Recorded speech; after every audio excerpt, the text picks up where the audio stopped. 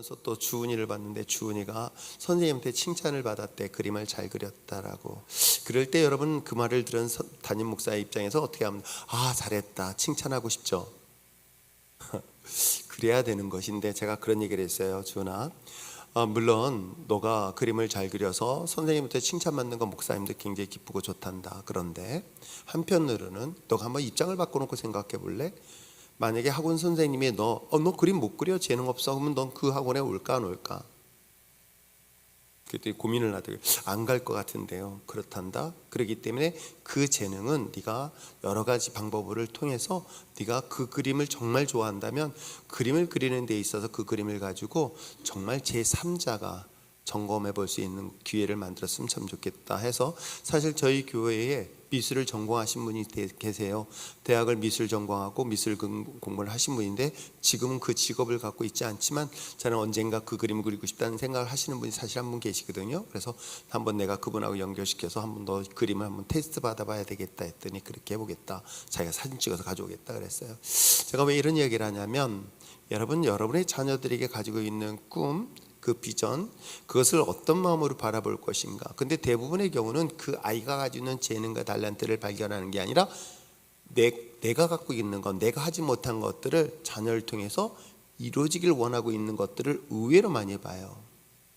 아이가 뭘 좋아하고 뭘 잘하는지가 아니라 중요한 것은 엄마, 아빠의 그 개인이 가지고 있는 욕심을 가지고 이 아이를 진로를 정하는 경우가 의외로 참 많이 있습니다. 물론 아이들이 잘 모를 수가 있죠. 아이들 때는 잘 모르니까. 그렇기 때문에라도 여러분들이 냉정하게 그 아이를 놓고 기도하면서 하나님이 주신 재능들, 제가 특별히 아이들을 데리고 외국을 다니고 같이 이렇게 생활하다 보면 사실 저는 그렇게 이렇게 있잖아요. 같이 집에서 보는 모습하고 사실 달라요. 여러분 알잖아요. 집에서 모습 밖에서 모습 보면 참 의젓하고 든든한데 집에는 개판이다, 그런 소리 듣잖아요. 본색 다 드러난다, 그죠? 그래서 쇼윈도어라고 막 얘기를 하는 옛날에 어느 선생님의 아들 이야기도 들었어요. 그런데요, 사실은 저는 겉에서 보여주는 아이가 나한테 잘 보이는 그런 모습 보려는 게 아니에요. 그 아이가 무의식적으로 잠재적으로 가지고 있는 그 끼와 재능들을 보고 싶어 하는 거거든요. 근데 그거는요, 여러분 며칠 동안 같이 생활하다 보면 보입니다. 그래서 그런 것들을 어떻게 하면 잘 키워주고 했으면 좋을까. 그래서 사실 이번에 우리 몽골 갔을 때 제일 막내 아들이 누군지 아시죠? 막내 아들이 누굴까? 그래요. 준호 같은 경우도 보면서 얘는 공부를 좀 가르쳤으면 좋겠다, 얘는 공부에 집중 좀 시켰으면 좋겠다라는 생각이 드는 거야. 공부하면 참 잘하겠다. 누구 머리 닮았는지는 잘 몰라요. 엄마는 아닌 것 같고 아빠 닮았을 것 같아요. 왜? 왜 옆에서 웅웅 그래? 왜? 아니 엄마는 안 닮은 것 같아. 엄마는 내가 GBS 시켜봐서 알잖아요. 왜? 둘이 얘기하지 말고 신랑 닮았다고? 신랑 안 닮은 것 같다고? 할머니 닮았나? 할아버지 닮았나? 이 아이는 제가 이렇게 보면서 사실은 되게 열심히 하고 뭐든지 욕심 있게 하더라고요. 욕심을 갖고 하는 아이들 중에서 이 아이는 어떤 재능을 갖고 있을까 했더니 보니까는 저 에너지를 가지고 공부하는 분위기와 학습적 분위기를 좀 만들어주면 좋겠다, 이런 생각을 지금 갖고 기도해주고 있습니다. 제가 오늘 이 이야기를 왜 하냐면 오늘 성경이 이야기하는 것들을 이야기하고 있는 거예요. 저는 여러분이 주신 자녀들이 내 것이다 아니라 바로 하나님이 내게 맡겨진 귀한 선물과 같은 존재인 거예요. 우리가 지난 시간에 우리가 악한 불의한 청직에 대한 이야기 들으셨죠? 청직이라는 것은 결국은 주인이 믿고 우리에게 맡겨진 거죠. 여러분 자녀도 마찬가지인 거예요. 여러분 자녀가 여러분 것이 아닙니다. 하나님의 나에게 위임한 거예요. 맡겨주신 생명인 거예요. 그 맡겨주신 하나님의 자녀이기 때문에 우리는 반드시 해야 될 것이 있어요. 어떻게 하면 이 아이들이 신앙 안에서, 믿음 안에서 성경적으로 잘 키워야 할 것인가. 이것은 바로 부모가 내 거니까가 아닙니다. 내 거가 아니라 하나님이 내게 주신 귀한 선물로서 그것을 잘 관리하느냐라는 것이 바로 우리에게 주어진 또 다른 사명이라는 것 잊지 마시기를 바랍니다. 그래서 여러분 자녀에게 있어서 가장 중요한 것은 돌보는 게 아니라 어떻게 하라? 양육하라. 이건 정말 중요한 문제예요. 양육을 하라라고 하는 것들, 아기를 돌보는 것으로 끝나는 것이 아닙니다. 양육이라는 단어와 돌봄이라는 개념은 정말 달라요. 여러분, 아이들을 양육하는 것과 돌봄의 개념은 이렇게 이해하시면 되어져요. 자, 난로가 가운데 있습니다. 뜨거운 난로예요. 그 난로 곁에 이제 망을 쳤습니다. 당연히 아이가 닿지 못하도록 당연히 망을 쳤겠죠. 그에 물 주전자가 있습니다. 물이 팔팔 끓고 있어요. 근데 이 아이를 돌본다는 것은 뭐냐면 그 아이가 그 곁에 같이 못하도록 지키는 역할만 하는 것이 바로 돌봄인 거예요. 근데 양육은 그렇지 않아요. 양육은 어떻게 하는 줄 아십니까? 너가 직접 경험해 봤으면 좋겠다. 어떤 것들을 바로 이걸 만지면 뜨겁고 그리고 이것이 너한테 위험하다는 것을. 그렇다고 해서 그 부모가 설마니 그 뜨끈뜨끈한 난로에다 손 확 쥐지는 않겠죠? 그렇잖아요. 그랬을 때 망 있는데 망 같은 데다가 살짝 손을 대면 그 열이 있기 때문에 뜨거운 걸 보고 아이가 이게 뜨거운 것을 몸으로 배우는 때겠죠. 설명이 필요할 때가 아닙니다. 아이한테 설명을 아무리 해봐야 이건 뜨거운 거야 차가운 거야, 몇 도부터 몇 도까지는 우리가 뜨거운 걸 인지한단다. 그 뜨거우면 우리에게 몇 도의 화상을, 이걸 아이에게 아무리 설명을 해봐야 못 알아들어요. 그래서 그것을 뭐라고 하냐면 소위 말해서 이 아이들이 뭐든지 이불을 통해서 느끼고 경험한다라는 그런 구강기식이라는 거예요. 그래서 뭐든지 애들은 뭐예요? 일단 입에다 집어넣어서 괜찮으면 먹고 아니면 뱉어낸단 말이에요. 그래서 좋고 나쁨을 입으로 직접 느끼는 그 시기 때의 교육 방법은 뭐냐면 정말 이건 뜨거우면 만지면 너 아파라는 것들을 직접 아이가 손을 대게 해주는 거예요. 그럼 이게 학대 같죠? 아니, 이게 바로 양육이라는 거예요. 그러니까 돌봄과 양육의 개념 이해하시겠죠? 그러니까 돌봄이라는 것은 이 아이가 그런 것들을 아니야 이거 위험해 그러니까 치워야지가 아니라 어차피 이 아이들은 언젠가는 호기심이 있어서 부모와 상관없이 그 위험하고 어려운 것들을 만져볼까요? 그렇다고 해서 또 한번 이게 정말 안 좋은 거 해가지고 어려서 또 마약을 맛보게, 그거는 아닙니다. 그거는 절대 아니에요. 그건 아닌데 불구하고 교육해야 될 부분에 있어서는 아이가 직접 몸으로 경험하고 체험하는 것 또한 중요한 것이겠죠. 자, 이런 것들을 왜 해야 되느냐? 그것은 내 것이 아니라 하나님의 나에게 위임했기 때문에 그래요. 왜 그랬을까? 잘 생각해 보세요. 우리가 신앙생활하면서 아무 일 없이 신앙생활하는 사람이 있을까요? 저는 절대 지금까지 보면서 여러분 신앙생활 시작하면서 아무 일 없는 사람 못 봤어요. 크건 작건 아니면 정말 어떤 사건 사고가 있던 삶 속에서 수많은 시험과 연단과 고난을 경험합니다. 근데 그것을 주신 이유는 뭐 때문일까요? 하나님이 우리를 미워해서요? 절대 아니에요. 여러분, 우리에게 연단을 주시고 우리에게 시험을 주시고요, 우리에게 고난을 주신 것은 뭐 때문일까? 하나님의 거룩한 일들을 감당하기 위하여 우리에게 주신 축복이기도 합니다. 그렇듯이 여러분들이 주어진 모든 환경 속에 주어진 이 모든 것들을 양육의 대상으로 삼는 것처럼 우리에게 맡겨진 자녀들도 마찬가지인 거예요. 거기에는 또 때에 따라서는 그 아이가 내게 또 좋은 훈련의 도구가 되죠. 그렇죠? 아이의 아픔이 바로 나의 기도의 제목이 되어지고 내가 하나님 앞에 무릎 꿇게 만드는 중요한 요소가 될 수 있을까요? 있잖아요. 그렇지 않았었으면 하영이 엄마는 지금 텐트 치고 야영 갔을 수도 있어요. 그렇지 않을까요? 워낙 신랑은 별로 안 좋아하는데 누구라고 말 못했는데 하영이 엄마가 그렇게 좋아한다는 제가 소문을 이미 들었거든요. 그때 아니라고 얘기하려고 그래요. 그런데 여러분, 그런 가운데서 그렇게 하나님 앞에 다가가는 것은 자기를 또한 하나님이 내게 훈련시킨 좋은 도구들이다. 그러한 관점에서 오늘 특별히 우리 아이들에 대한 성경적 자녀 양육에 대한 것들을 살펴보려고 합니다. 자, 성경적 자녀 양육은 그 자녀가 누구의 자녀다? 하나님의 자녀로서, 그리고 그 자녀로서 우리에게 해야 될 의무가 있어요. 그 아이가 성숙한 그리스도인으로 성장할 수 있도록 그것이 우리에게 준 사명이고요, 미션인 거예요. 그러니까 여러분은 여러분의 자녀가 또한 내 양육자가 되는 거고요, 목회자인 저도 마찬가지인 거예요. 제가 여러분들 한 사람 한 사람 보면서 어떤 생각을 할까? 어떻게 하면 여러분들을 양육하고 어떻게 하면 훈련시킬까? 오늘 수요일날 성경 공부팀들은 참 재밌어요. 왜냐면 나이들이 다 많아요. 그래서 다들 내가 어르신이라고 표현을 해요. 그랬더니 저한테 컴플레인을 걸어요. 아직까지 어르신이고 노인이냐. 너무 맞다고. 보통 3, 40대 성경 공부하는데 이미 50대 넘어서 60대 넘은 사람들이면은 이건 정말 그랬더니 외우는 것도 힘들어 하거든요. 그래서 어떻게 하는지 아십니까? 제가 외울 때 쓰잖아요. 그거를 또 못 외우게 하려고 제가 중간에 시작할 때부터 옛날 얘기도 하고 질문도 해요. 그런데 뭐라는지 아세요? 딴 사람들은 듣다가 잊어버리는데 이분들은 어떻게 해요?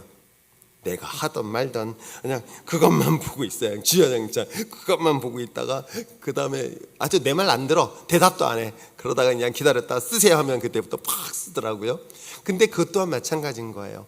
제가 왜 그분들을 데리고 있으면서 뭐가 때문일까? 그게 바로 훈련인 거예요. 근데 훈련의 도구의 가장 도구는 뭐예요? 말씀인 거예요. 여러분, 말씀으로 훈련되지 않은 사람들은요 성장할 수가 없어요. 여러분 스스로가 스스로를 점검해 보세요. 내가 하나님의 말씀을 읽을 수 있는 귀에 있는 자리가 있는가 하면 스스로 읽으면 얼마나 좋아요.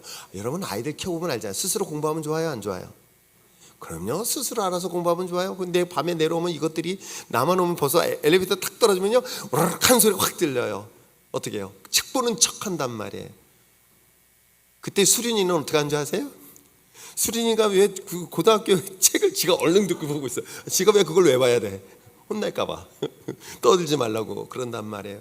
그럼에도 불구하고 그 아이들을 말씀으로 훈련시켰고 스스로 하면 얼마나 좋을까? 그게 안 되니까. 그러니까 성경 읽는 자리에 나와서 말씀을 같이 나눌 수 있도록 스스로가 스스로에게 노력하는 필요성이 있을까 없을까? 있어요.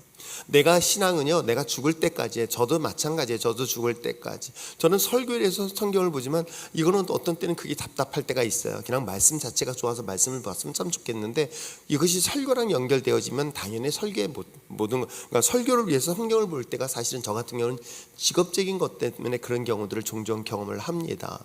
여러분, 그럼에도 불구하고 말씀은 계속 우리 삶 속에서 내 신앙의 영을 성장시키고 성숙하는 데 중요한 도구다 아니다, 도구다는 것 잊지 마시기를 바랍니다. 그렇듯 여러분의 자녀도 여러분들의 자녀들을 어떻게 양육시키고 훈련시켜야 되겠다. 그것은 뭐야? 그래서 그리스도인으로서 세워야 되는 것은 바로 우리에게 주신 또 다른 미션이다, 사명이다라는 것 잊지 마시기를 바랍니다.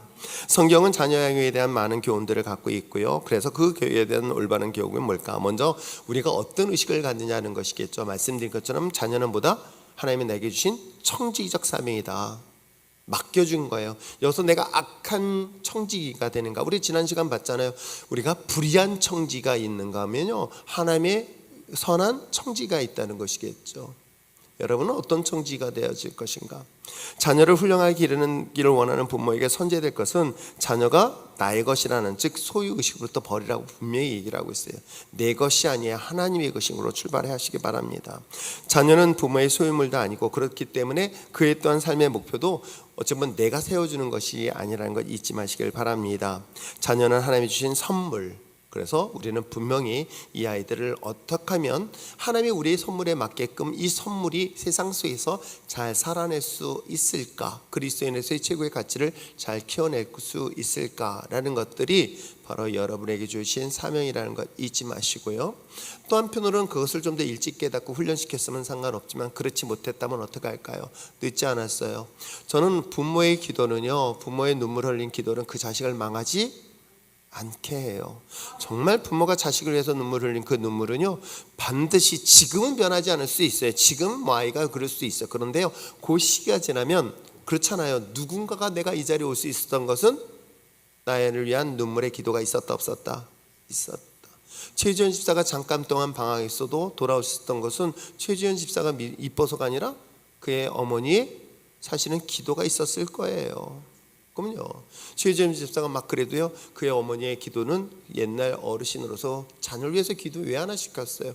그러니 언젠가는 그 자녀가 비록 밖에서 돌아다닌다 할지라도 마치 탕자처럼 그 아이를 어떻게 한다? 돌아오게 하는 그 놀라운 구심점 역할을 분명히 합니다.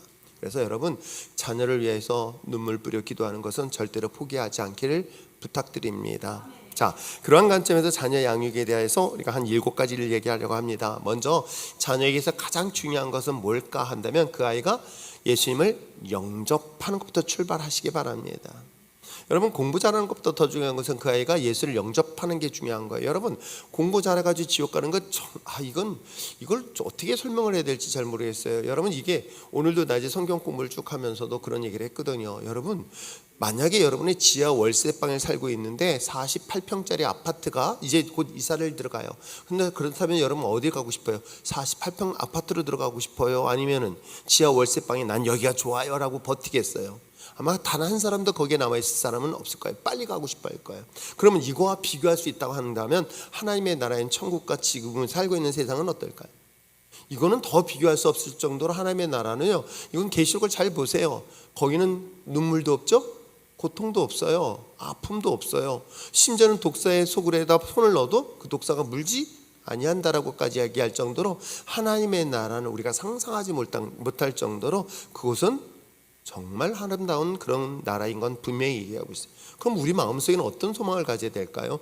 당연히 하나님의 나라를 가고 싶어하는 마음을 갖는다는 것은 믿음이 있다면 당연히 그래야 되는 거예요. 근데 믿음이 없다 보니까 이 부분에 확신을 못 갖는 것뿐이에요. 근데 대부분의 또 어떤 사람들은 현재가 너무 힘드니까 빨리 가고 싶어요. 그건 도피예요. 그건 믿음하고 상관없어요. 그런 사람들이 축복받으면요, 천천히 가지 이딴 소리 나와요. 아세요? 진짜로 정말로 하나님의 나라의 가치를 갖고 알고 있다면은 내가 이 세상에 사는 이 첫날보다는 내가 이곳에서 정말 하나님의 나라를 바라보는 그 날을 더 기대하면서 살아가는 것은 당연한 것이겠죠. 그럼 여러분 자녀에게 뭘 소망을 시켜줘야 될까요? 여러분, 그 자녀가 예수를 믿고 천국에 대한 소망을, 즉 구원의 확신을 갖게 하는 것, 예수를 영접하는 것 정말 중요합니다. 여러분, 갓 태어난 어린 자녀에게도 그에게도 또한 우리는 분명히 내 부모가 예수를 믿으니까 그 아이가 구원받았다? 유아 세례를 받았으니까 구원받았다? 착각하지 마세요. 전 유아 세례라는 단어도 사실 쓰고 싶지는 않아요. 그런데 교단원법상 유아 세례, 영아 세례, 아이들 세례까지도 인정을 하니까 이제는 중간에 있는 아이들 세례까지 다 인정을 해버렸거든요. 그래서 우리는 영아부터 시작해서요, 작년까지 모든 세례가 다 가능하게끔 법을 개정을 했어요. 근데 저는요, 세례를 받았다고 해서 영 구원받는 거하고는 전혀 관계가 있다 없다, 저는 전혀 없다라고 저는 생각하는 사람 중에 한 사람이에요. 아세요? 세례를 받고 구원받는다면 여러분 어떨까요? 이거는 행위적 구원인 거예요. 내가 마음으로 믿는 신앙의 고백하고는 전혀 다른 문제인 거예요. 그래서 이런 문제가, 물론 그거에 따라서 하나님의 전적인 은혜로 아이가 낙태를 하거나 아니면 유산을 하거나 아니면 사고로 일찍 죽거나 아직 예수를 그거는 우리가 그 영역은 우리의 영역은 분명히 아니에요. 그러나 부모로서 우리에게 자녀를 줬으면 이 갓 태어난 아이도 이미 죄를 가지고 태어난 자녀인 것을 부정할 수 없단 말이에요. 그러면 이 아이를 부모로서 무엇을 가르쳐야 될까? 그들에게 구원의 길을 인도하는 것은 마땅히 부모로서 해야 될 첫 번째 교육 방법인 거예요. 그럼 어떻게 구원받을 수 있을까를 고민해 보세요. 여러분, 어떻게 내가 구원의 확신을 가질 수 있을까? 여러분, 각자 노하우가 있을 거 아니야. 그렇죠? 각자 노하우가 있을 거 아니야. 내가 하나님을 어떻게 해서 난 예수의 은혜를 받았어, 난 그래서 구원의 확신을 가졌어, 이게 확실해. 그래서 했더니 어느 목사님이, 유명한 목사님이 안수기도 가지고 쫙 해가지고 해서 환상을 보고 그래가지고 난 하나님을 구원받았어 라고 하는 분이면 그분은 맨날 그런 데를 다녀야 돼. 애 데리고 그래야 될 거 아니야. 각자 여러분들이 기도하는 가운데 그랬다면 기도를 하세요, 진짜. 근데 그것도 안 하고 있더라고요. 근데 여러분, 내가 왜 이렇게 말씀을 강조하는가? 성경을 보세요. 성경의 말씀에서요, 베드로도 그렇게 이야기를 하고 있고요, 성경은 너무나 그 부분을 많이 강조하고 있어요. 이 사람을 구원받는 건 하나님 말씀 외에는 그 어떤 것도 구원받을 수 있는 길이 없는 거예요. 그 말씀이 그 마음, 그 삶 속에 들어가서 언젠가 그걸 깨닫게 되어지면 그걸 통해서 예수님이 나의 구원자라는 사실을 알게 되어지고 깨닫게 되어지더라. 그렇기 때문에 여러분, 그 자녀를 영혼을 구원을 위해서 끊임없이 기도할 뿐만 아니라 그 자녀가 예수님을 영접하기 위해서 어려서부터 말씀을 가까이 훈련시킬 수 있는 여러분 됐으면 참 좋겠어요. 그건 정말 중요한 가치예요. 그래서 제가 지금 생각해보면 수련회 때 그때 했던 애들 쭉 같이 해서 말씀을 훈련시켰던 아이들이 그래도 그렇게 잘 훈련받아서 지금까지 잘 오고 있거든요. 그리고 그 아이들은 계속 그 다음 세대까지 연결이 되어져 있는 걸 보면서 언젠가는 그 아이들이 그 말씀 속에서 예수님을 인격적으로 만나기를 기대하면서 기도하고 있습니다. 자, 또 하나 있습니다. 우리가 양육할 때 있어서 아이를 예수님을 영접하는 것만큼 또 중요한 것은 그 아이는 하나님께서 주신 선물이기 때문에 하나의 독립된 인격체, 내 소유가 아니라는 것을 인식하시길 바랍니다. 모든 사람은 누구로부터? 하나님으로부터 부여받은 정당한 가치가 있습니다. 어렸을 때부터 존중을 받으며 자란 아이들은요, 서서도 커서도요, 타인으로부터도 존중을 받아요. 제가 왜 남편들 결혼하면 첫 신랑하고 신부, 엊그저께도 우리 가이가 와가지고 신랑하고 인사했는데 신랑이 예수를 안 믿는 친구예요. 제가 그런 얘기를 했어요. 그러니까 신랑한테 얘기한 게 아니라 신부한테 얘기를 했어요. 신부는 예수를 믿는 아이기 때문에 제가 뭐라고 얘기했냐면, 누구보다도 남편을 존중해라, 남편을 존경해라. 세상에는 어느 누구도 너의 남편을 존경하지 않는다. 존경해 줄 수 있는 유일한 사람은 아내밖에 없다. 없다라고 제가 얘기를 해주면서, 그러기 때문에 언어도 야 너 하지 마라, 뭐 그러지 말고 가급적이면 예의를 갖추는 것도 좋은 방법 중에 하나다. 그러면서 팁 하나 가르쳐 줬어요. 남자는 가장 존중받고 있다고 생각할 때가 어느 때다? 금이 집사 뭐예요? 그래요. 그래서 금이 집사가 음식 솜씨가 좋아요. 진짜예요. 이게 존중받고 있다라고 생각한대요, 남자들은. 참 신기하죠. 말로 물론 남자애들에게 여보 당신 정말 고마워라는 것도 중요한데, 그 남자들은요, 내가 음식 하나를 좀 더 남편을 위해서 배려하는 것 하나만으로도 내가 아내로부터 인정받고 존중받고 있다라고 이야기를 하고 있습니다. 그렇듯 남편을 존중해 주듯 우리 아이들도 마찬가지인 거예요. 그것을 보고 자란 아이들은요, 당연히 다른 사람도 존중해 줄 뿐만 아니라요, 자기 자신도 존중을 받게 되어 있어요.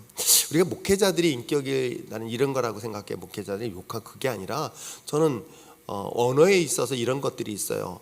뭐냐면, 어제 또 시찰 모임이 있었는데 어느 한 목사님이 그러는 거예요. 그 목사가 이제 어느 큰 어른 목사님의 이름을 딱 대는 거예요. 근데 이선 목사님이라고 우리 교단에서는 원로이시고요, 제일 큰 어른 중에 한 분이세요. 그런데 딱 사람들 앞에서 뭐라면 이선 목사가 라고 사람들한테 딱 얘기를 하는 거예요. 그럼 뭐가 문제가 됐을까요? 만약에 이선 목사님보다 더 큰 어른이 있다면 이선 목사가가 맞아요.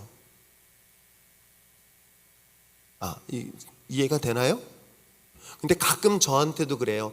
저기 문영민 목사님이요, 이렇게 얘기하는 거예요. 아니에요. 저한테 얘기할 때 문영민 목사는 저보다 아랫사람이기 때문에 뭐라고 얘기해야 돼요? 문영민 목사가가 하는 게 맞는 거예요. 근데 저보다 위 선배라고 하면 어떻게 돼요? 그건 존칭을 써야 되는 거예요. 그러니까 내가 평소에 이렇게 상대방을 존중하는 것은 결국 그것이 자기의 인격을 존중받는다는 거예요.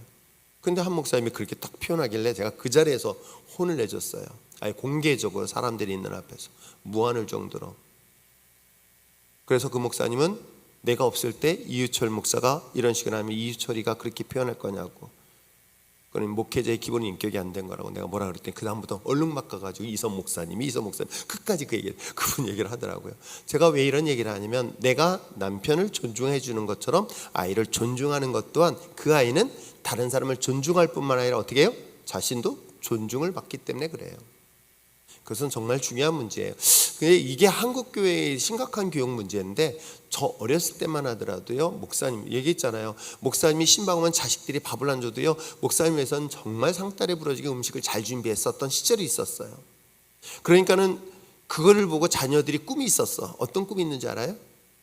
저도 옛날에 그랬거든요. 저도 나는 이 다음에 크면 뭐가 되겠다? 여러 번 했잖아요. 너는 아버지가 되려고 그랬어요. 아버지가. 왜요? 우리 집은 왕이거든. 우리 집은 짱이야. 우리 아버님은요, 진짜 우리 아버님 올 때까지 밥 먹길 기다려야 돼. 그리고 모든 반찬은 아버지가 먼저 드셔야 되고요, 그 먼저 드실 뿐만 아니라 반찬은 먼저 아버지가 좋아하는 음식으로만. 그러니까 이 음식이 아이들하고 우리하고는 맞지는 않아도 자기 아버님이 먹는 음식이 최고고, 그중에 그 다음에 여자들은 남는 반찬을 먹어. 그래서 저는 그렇게 사는 줄 알았어요. 진짜로. 그래서 나도 이 다음에 아버지가 되면 나도 저런 대접 받을 거야 라는 생각했는데, 웬걸 제가 아버지가 됐는데 반대가 됐어요. 이제 아이에게 치여가지고 아이 거만 먼저 해주네. 이렇게 문화가 바뀌었던 거예요. 그러니까 이것이 존중받는다는 것은 내 자녀들의 교육도 마찬가지인 것이겠죠. 내가 내 남편을 존중하고 내 아이를 하나님의 것으로 인정하면서 존중한다는 것은 결국 존중받아본 사람은 다른 사람도 존중할 줄 알아요. 근데 내가 존중을 받지 못하면 어떻게 되는지 아세요? 다른 사람도 존중 못할 뿐만 아니라 자신도 그러다 보면 자녀이 존중받지 못하게 되어 있습니다. 그래서 여러분의 자녀는 하나의 독립된 하나님의 귀한 형상이라는 것 인정하시고요, 그렇듯 대할 수 있는 여러분이 됐으면 참 좋겠어요. 아시겠죠? 자, 세 번째는 뭐냐면 그 자녀들에 대한 꿈과 비전을 계속 심어주세요. 근데 이게 내 꿈을 빌리는 거예요. 너는 변호사가 돼, 너는 의사가 돼, 그거 말고 제발 그러지 마시고요. 이 아이들, 저는 그래서 사실은요, 오늘도 어제도 제가 이제 총회에 있는 목사님들하고 그다음에 윤하경 목사님 마침 미국에 오셨길래 일부러 또 갔죠. 오늘 출국한다고 해서 또 용돈 챙겨가지고, 그래서 가서 용돈 챙겨드리면서 몸도 많이 세한데 그동안, 왜냐면 어쨌거나 윤하경 목사님이 저 개인적으로는 우리 드림이어로 일기 때 정말 고생 많이 하시면서 같이 이 시작을 했던 분이셨거든요. 그렇게 해주셨던 귀한 분이었기 때문에 저는 그것만큼은 은혜를 잊지 말아야 되겠다. 그럼 오시면 용돈 조금이라도 챙겨드려야 되는데, 그래서 저녁 예배를 모시는데 못 오면은 개인적으로라도 용돈 드려서라도 내가 꼭 모셔야 되겠다 생각하고 있는 분 중에 하나예요. 제가 그분한테도 그런 얘기를 했어요. 제가 사실은 선교를 가든 어딜 가든 난 선교지 관심 없고요, 미국도 관심 없어요. 나는 그곳에서 아이들만 관심 있어요. 우리 사람들만 관심 있어요. 우리 성도들에게 관심 있어요. 사실은요. 아세요? 우리 아이들을 보면서 이곳에서 꿈을 가졌으면 좋겠다. 이것을 보면서 아이들에게 비전을 가졌으면 참 좋겠다. 이들이 이곳을 통해서 자기가 어떤 일들을 해 나갈 것인가를 찾아냈으면 참 좋겠다. 더 중요한 것은 자신들이 말씀을 읽고 훈련받다가 정말 하나님의 살아계심을 경험할 수 있는 기회가 있다면 그것만으로 난 충분하다는 저는 생각을 하고 있거든요. 아시겠어요? 전 그 아이들이 그런 거 보면서 내가 이쪽에서 이런 사업도 해보겠다, 이런 꿈도 가졌으면 참 좋겠다 저는 생각하는 사람 중에 하나예요. 마찬가지인 거예요. 여러분, 꿈과 비전을 아이들에게 계속 심어줄 수 있는 것들은 직접 보고 경험하지 않으면 볼 수가 없고요, 알 수가 없어요. 유튜브 보고 맨날 그런 거 본다 해서 그 아이들에게 뭘 가질 수 있겠어요? 지금 내년에는 아마 4월 말 정도에서 5월 초로 날짜가 아마 그때가 그래도 미국의 대학교가 가장, 저번에 갔더니 애들 졸업식 할 때 가가지고요 너무 황당했거든요. 그래서 안 되겠다, 대학 캠퍼스에 한참 저기 할 때 좀 힘들더라도 4월 말로 5월 초로 해가지고 또 준비를 해야 되겠다라고 준비하고, 이번에는 저쪽 시애틀 쪽으로 내려가는 게 아니라 밑에 쪽으로, 남부 쪽으로, 옛날에 인디안 마을 쪽으로 갔었던 지역들이 있거든요. 샌디에이고 쪽으로 해서 샌디에이고 쪽으로 넘어와서 LA 전체 돌고 그 다음에 샌프란시스코에서 아웃하는 쪽으로 스케줄 잡아가지고 계획하라라고 지금 준비를 하고 있어요. 제가 왜 그걸 하는지 아세요? 딱 하나예요. 이 아이들이 저 넓은 세계를 보면서 부모로부터 통제된 게 말고, 부모로가 아니라 이곳에서 너희들이 하나님이 주신 꿈과 비전을 좀 발견했으면 참 좋겠다. 그리고 나 혼자가 아니라 팀을 만들어주는 것도 그것 때문에 그래요. 이기적이잖아요, 다 자기만. 그런데 이 팀은 나와 함께하는 팀들이다 보니까 어떻게 해요? 이것을 정말 나중에 사회생활 속에서도 되게 중요한 덕목이 될 수 있기 때문에, 그러면 그 아이들끼리도 나름대로 그 끈끈한 연결들이 나중에는 훗날 꿈을 만들어내는 데는 좋은 도구가 되지 않을까. 그렇듯 하나님을 향하여 주신 그 아이들에 대한 꿈과 비전을 계속 심어줬으면 좋겠습니다. 네 번째는 뭐냐면, 이것을 통해서 자녀들과 함께 시간을 갖는 것도 중요한 것이겠죠. 제가 제 자녀에게 가장 미안한 것 중에 하나가 사실은 아이들과 여행을 가보지 못했다는 게 항상 미안해요. 물론 월화수목 금금금 하면서 열심히 일해왔던 그 시절이다 보니까는 핑계긴 하지만, 어찌됐건 간에 아이들과 놀아주지 못했던 것이 우리 아이들도 상처가 돼가지고 어떻게 하는지 아십니까? 어떻게든지 시간 되면은 아이들하고 데이트를 하더라고요. 왜? 아빠랑 못 해봤으니까 자기는 그걸 해줘야 되겠다. 아무튼 고마워요. 그도 고맙고 감사한데 자녀들과의 그런 시간들을 만들어줘. 그래서 제가 우리 아이들하고 여행은 다 커가지고 성인이 돼서, 큰애는 장가 가서 그래가지고 보라카이 간 게 처음이자 지금 마지막 가족여행이야. 야, 세상에. 그래서 한편으로는 참 미안하기도 하더라고요. 근데 그것은 어차피 내가 지나간 시절 삶이라는 것이 그랬었기 때문에 저는 이제 그 대신에 나는 부끄럽지 않은 아빠가 돼야 되겠다라는 것 가지고 열심히 살아왔습니다만, 그럼에도 불구하고 여러분의 자녀들과 함께 시간을 갖는 것 중요하다. 우리 아들이 장남하고 뭐 한다? 데이트한다. 그러니까 손자가 그러는 거예요. 자기는 아빠랑 데이트한다고 라는 표현을 쓰는데, 그 말 뜻이 저에게는 굉장히 큰 감동으로 왔거든요. 그렇듯 여러분의 자녀들과 함께 티타임을 갖는 것도 좋은 방법 중에 하나일 것입니다. 아시겠죠? 자녀들과 함께 시간을 갖는 것 중요합니다. 그리고 다섯 번째는 뭐냐면, 이런 것들을 했다고 해서요, 여러분 자녀들에 대해서는 또 아까 얘기했죠, 양육이라는 단어를 쓴다면 거기는 반드시 필요한 게 있어요. 거기는 징계도 필요합니다. 여러분, 아이가요 기죽을 것 같죠? 혼났다고 해서 기죽을 것 같아요? 여러분, 놀랍게도요, 우리 어렸을 때 잘 생각해 보세요. 물론 그 중에서 기죽어서 사는 사람들도 있어요. 근데 옛날에는요, 칭찬보단 욕도 더 많이 들었던 시절인데도 잘 살아요. 뭐 뻔뻔스럽게 싸울 건 다 싸우고 막 그런단 말이에요. 왜 그랬을까? 그럼 부모님의 애정과 사랑이 있다고 한다면 그 훈육은 그 아이에게 상처가 될까 안 될까? 안 되게 돼 있어요. 아시겠어요? 그 아이들이 훗날 시간이 지나면 그걸 깨달을 때 그걸 무엇으로 바꾼다? 감사함으로 바꾸더라는 것이죠. 아시겠죠? 그래서 아이들에게 있어서는 적절한 징계가 필요하다. 일본의 부모들은 남에게 피해를 주지 말라고 말한다면 한국의 부모들은 남들 앞에서 기죽지 말라고 표현을 한다고 해요. 이게 정말 심각한 교육 방법인가요? 기죽지 않겠다고 해서 아이들이 잘못한 것을 훈육하지 않는다? 그런 되게 정말 안 좋은 교육 방법 중에 하나인 거예요. 그래서 그 아이들이 잘못했을 때 적절하게 훈육하지 않음으로 인해서 그 아이가 사회생활을 잘할 것 같다? 여러분 지금 최근의 일들을 잘 보세요. 그게 아마 지금 이 시대인 것 같아요. 왜냐면 저희 세대 때하고 지금 다음 세대 때 요 아이들, 그리고 지금 다음 세대는 더 심각할 것이다. 그러니까 여러분들이 고생할 거예요. 왜냐면 이 아이들이 커서 어떻게 한다? 이제 캥거루가 아니라 뭐예요? 캥거루 아시죠? 자식들이 독립도 안 하고 어디 품 안에 있다? 부모님 품 안에. 그게 여러분 심각한 거예요. 그래서 아이들 결혼할 때 집 마련해 줘야 되지 뭐 마련해 줘야 되지. 전 그래서 목사라가 된 게 정말 감사해요. 없다 배째라. 그러니까 그래서 어차피 결혼할 때 전 그렇게 얘기했거든요. 우리는 혼수 준비 못한다. 각자 알아서 준비하자. 그러니까 그래도 신랑 쪽에서 그러니까 신부 쪽에서는 고맙다고 하는데 저는 뭐 없는 걸 어떻게 해. 뭐 집을 어떻게 마련해 줘요? 지들이 알아서 살아야지. 지금 대학교 등록금 빚 없이만 해줘도 감사해야 될까요? 그럼요, 감사해야죠. 학자금 대출 없이 졸업시켜준 거 감사합니다 해야 되는 판에 거기다가 집까지 마련하겠다. 야, 그건 정말 감당하지 못해요.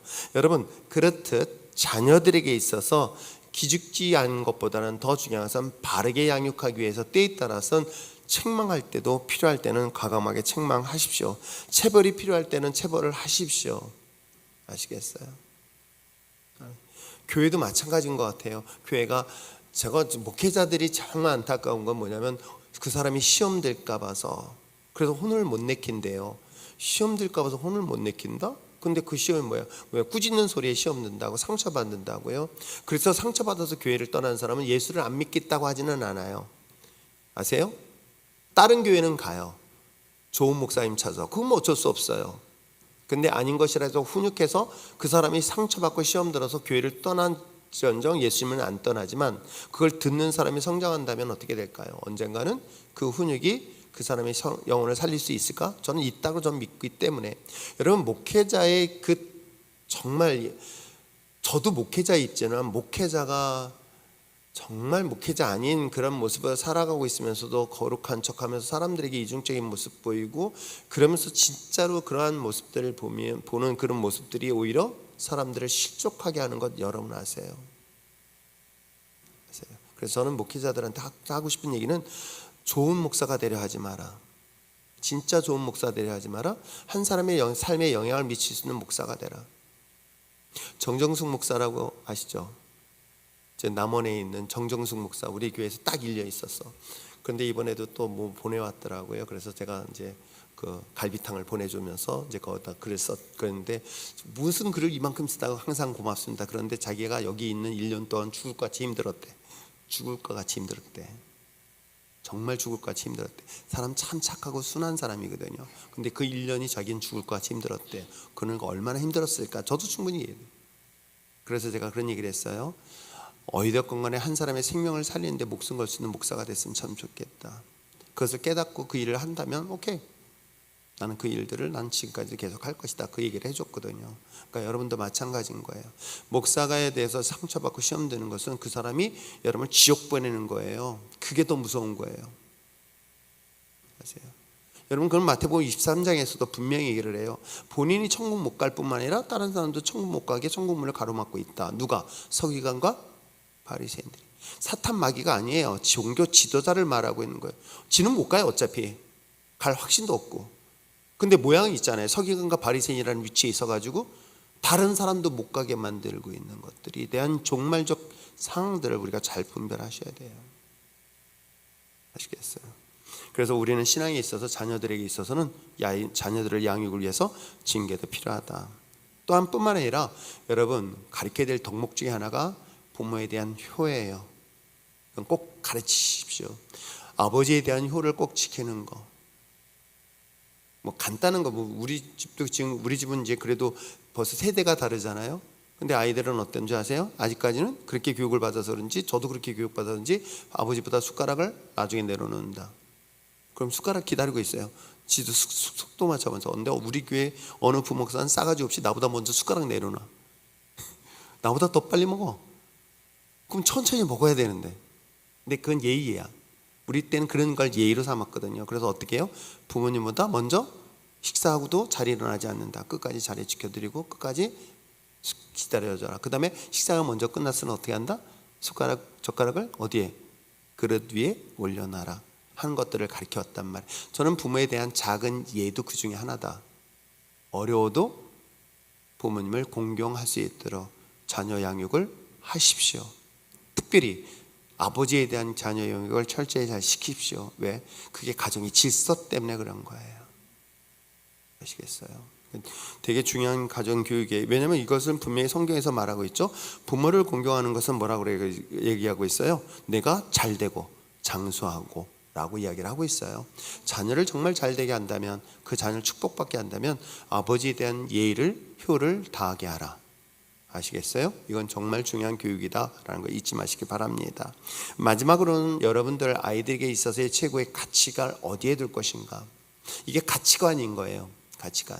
어떤 가치관을 줄 것인가? 제가 말씀드렸죠. 여러분, 우리 아이들이 이 세상에서 잘 되는 것 중요합니다.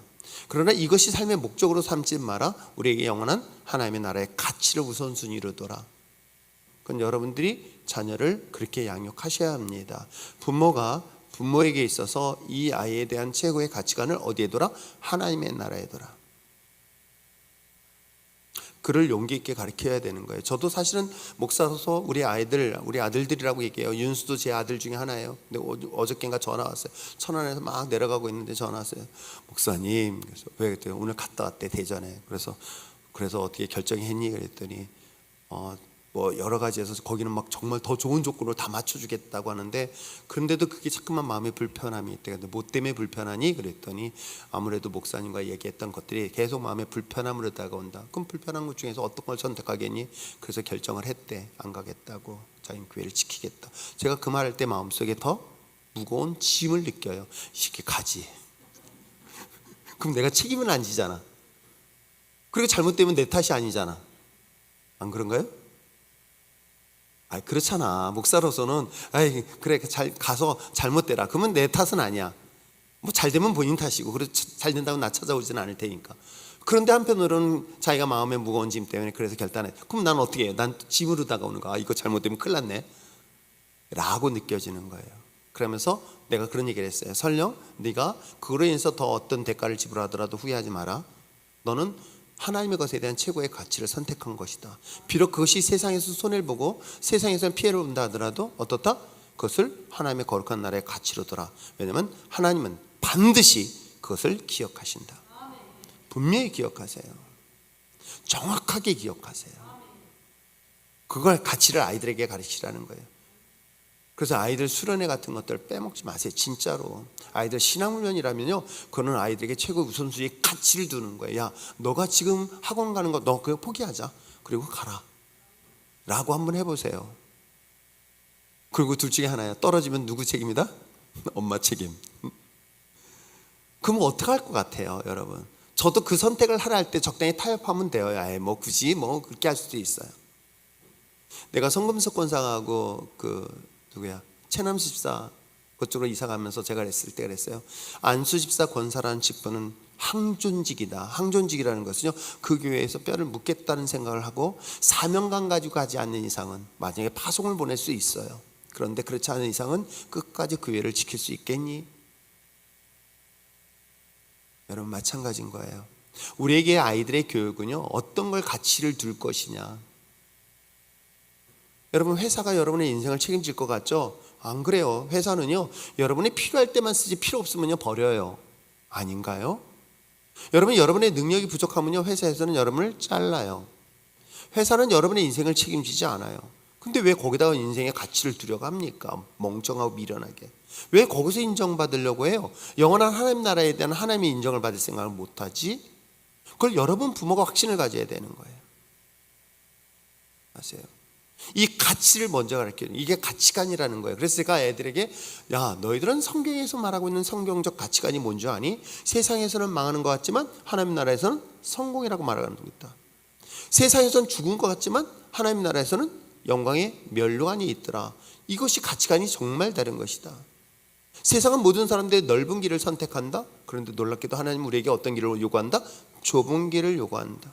남들은 쉬운 방법을 선택하게 하시죠. 그렇죠. 흉년 때 당연히 애굽 내려가면 쉬워요. 그런데도 하나님은 너 이곳에서 고생하라고 명령을 해요. 가치가 다른 거예요. 가치관이 다른 거예요. 내가 세상의 성공을 향한 가치보다 더 위대한 하나님 나라의 가치에 우선순위를 줄 수 있도록, 여러분, 부모가 이 교육을 안 시키면 누가 교육을 시키겠어요? 교회에서도 당연히 시킬 거예요. 저는 그 부분에 대해서 철저히 교육을 시킬 거예요. 내 청년 애들하고 사역할 때도 그렇게 했었으니까. 너 회사 한번 때려쳐봐. 그리고 하나님 앞에 올인 한번 해봐. 그리고 그 하나님이 너의 인생을 책임 못 지려면 그 하나님 믿지 말자. 그리고 내 이 교회 팔아서 그 피해 보상을 해주겠다고. 저도 그 말하면서 속이 얼마나 뜨끔하겠어요. 이거 진짜 그러면 어떡하지? 그러다 책임 못 집니다. 그래서 시집 못 갔어요, 애들이. 시집 간 애들도 있는데, 그래서 엊그저께 내가 오면서 명절날 되니까 애들이 전화 왔어요. 혜순이하고 혜선이가 갑자기 보고 싶은 거야. 얘네들 다시 데려올까? 아직도 시집 못 갔어요. 근데 우리 교회 와서 처음에 와서 얼마나 많이 고생했는지 몰라요. 그렇죠? 자매 기억나죠? 와서 그냥 애들 정말 본인도 애기였는데 와가지고 한세대학원 졸업해가지고 와서 둘이서 사례비도 제대로 못 받아가면서 둘이 그냥 제대로 못 먹으면서 고생했더니 항상, 그래서 내가 항상 마음에 무거운 짐처럼 갖고 있어. 그럼 좋은 데라도 시집 갔으면 내가 돈이라도 모아서 해줄라 했더니 이것도 아직도 시집 못 갔어. 그래서 제가 최근에 이 아이들 다시 데려올까, 올 수 있었으면 왔으면 좋겠다. 근데 큰 교회에서 그만큼 많이 배웠으니까 너 돌아와서 이제 마무리했으면 좋겠다, 나랑. 그런 생각도 하고 있단 말이에요. 근데 한편으로는 그들의 삶은 이 땅에서는 어떤지 모르겠지만 저는 하나님은 반드시 계산하고 있다는 걸 저는 확신해요. 그럼요, 확신해요. 제가 어디든간에 돈이 많아서 카드로 섬기는 거 아닙니다. 그런데도 불구하고 섬기는 건 난 머리가 잘 돌잖아. 어디에 있다? 나는 하나님의 분명히 나를 위해서 예비된 게 있다. 그렇죠? 카드값 늘어나는 건 그 다음 달 고생하면 되는 거고 하는 그런 마음을 갖고 있단 말이에요. 그걸 여러분들에게, 자녀들에게 가르치라는 말이에요. 세상의 잠깐 동안의 영광보다는 하나님의 거룩한 영광에 대한 가치를 두라는 것은 바로 부모가 추구해야 될 사역 방향인 거예요. 이거 놓치면요, 그 자녀들은 망하길 길로 가게 되어 있습니다. 우리가 다음 세대 신앙교육이 없으면요, 이 교회도 희망이 없어요.